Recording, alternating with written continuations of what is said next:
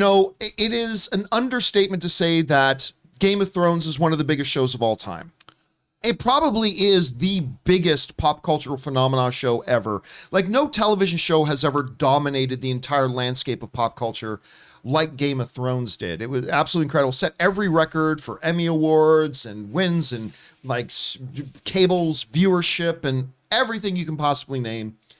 It did. Now, of course, it's come to an end, but we've known for a while that there is a prequel series coming that's called House of the Dragon, which is set how long before? Like 300 years? Yeah, several hundred years before the events of Game of Thrones. So that's coming there. But now we actually have a release date, and it's really interesting. It's really interesting. So here's what we got. This is coming to us from the folks over at Deadline, who write the following. The wait for the much-anticipated prequel is almost over. HBO has announced that the debut date for the Game of Thrones prequel from George R.R. Martin, Ryan Condal, and Miguel, I always mispronounce his last name, Sapachek, will premiere in August, on August 21st.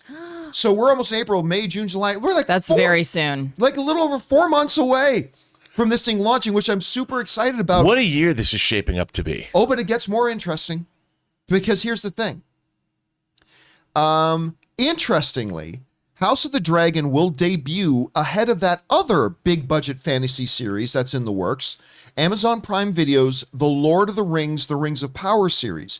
The streamer already announced that its upcoming J.R.R. Tolkien adaptation is coming September 2nd. So what we have here, ladies and gentlemen, is we are going to be living in a world where both the new Game of Thrones series and the new Lord of the Rings series are going to be running at the same time. With the House of the Dragon coming out of the gates a little bit first, and then Amazon. And I gotta tell you, that put a big smile on my face. I am absolutely rabid to watch both of these shows. I'm very excited about it. So August. I was honestly thinking they were going to push it to like December. I didn't think we were going to get to December. Maybe even announce, because this is what HBO does. Maybe even announce they change it to an early 2023 release. But it's coming in like less than 5 months now. I'm stoked about it. Rob, you hear about this. What do you think about, number one, the release date coming in August? And where's your anticipation level for this show right now? And this show and Lord of the Rings running at the same time. What do you think? First of all, I can't help but chuckle because House of the Dragon is, of course, Warner Brothers, HBO, that controls the Lord of the Rings movies and the Hobbit films. And they're making War of the Rohirrim, the animated show. Well, now Amazon has taken over the Lord of the Rings rights. I can't help but think this is a not unsubtle middle finger to Amazon show, which I love because it's a horse race now. Now we're going to have two shows that, like you, I'm very excited for both.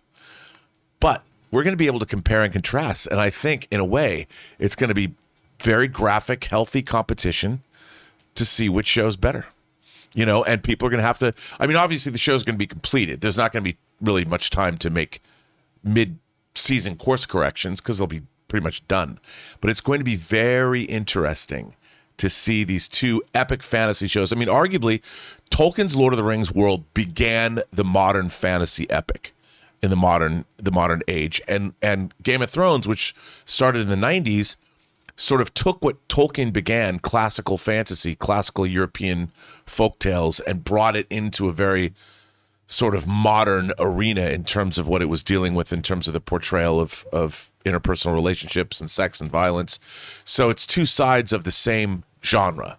And I'm really excited to see how they're going to be dealt with.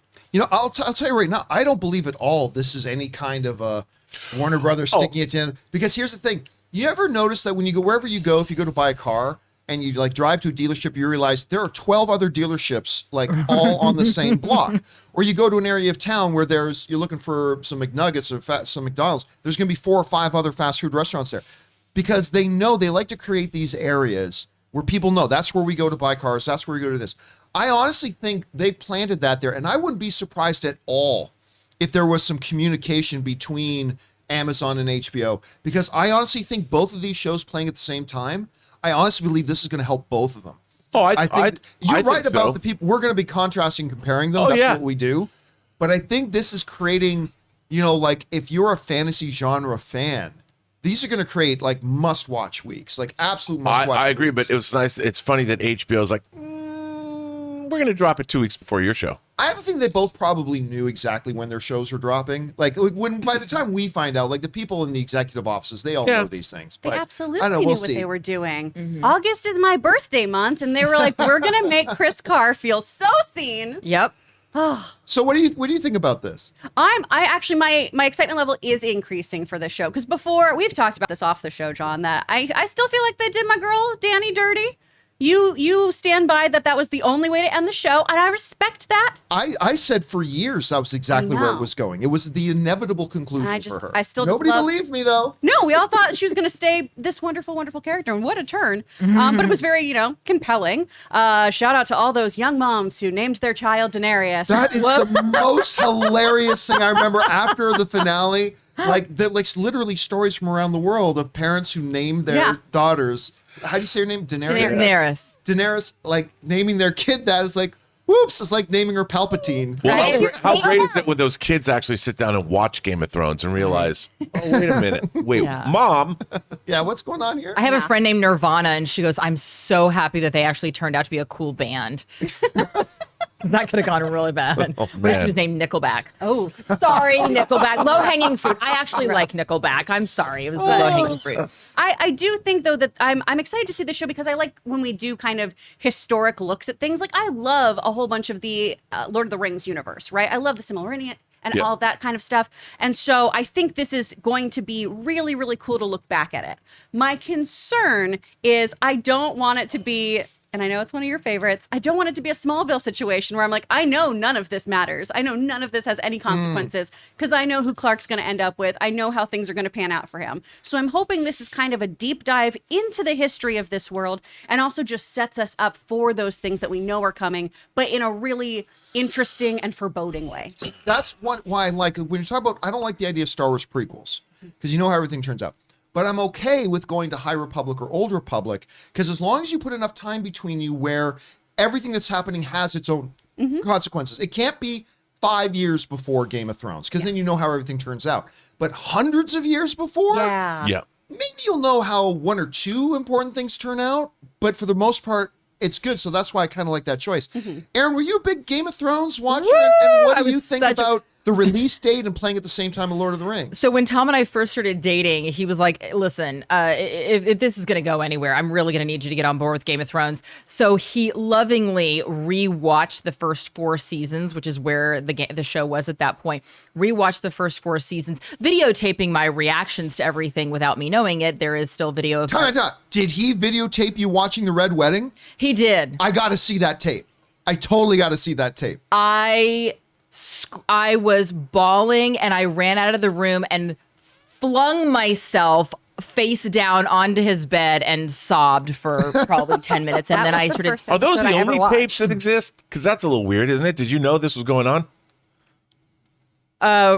Yes, Rob, there Okay. might be other tapes of me and Tom together. What are you asking? Oh, I just wanted to know that you, if you knew you were being Fine, videotaped. Rob, I'll show you our sex tape. I'm sorry, what? I just I wanted did to know. not know that I was being videotaped. No, I did not know That's that all I was asking. No, I did. So it was a genuine reaction. It wasn't like an actress moment. Right, Of, right. oh, this will be fun. Well, because that's like John. I would love to see that tape of the Red Wedding because I love. Remember when you had reactions of people on? Oh, some of line? the best videos I've ever seen on YouTube are the montages of the Dude. collected Red Wedding reactions. I Some know- of the best videos of all time. I know, Oh, and if you absolutely. didn't know you're being taped, I mean, I can't imagine because I'd read the I knew what was Yeah. going on, but Oh, man. when it was so fun to watch, I kind of felt a little sadistic, Yeah. watching like.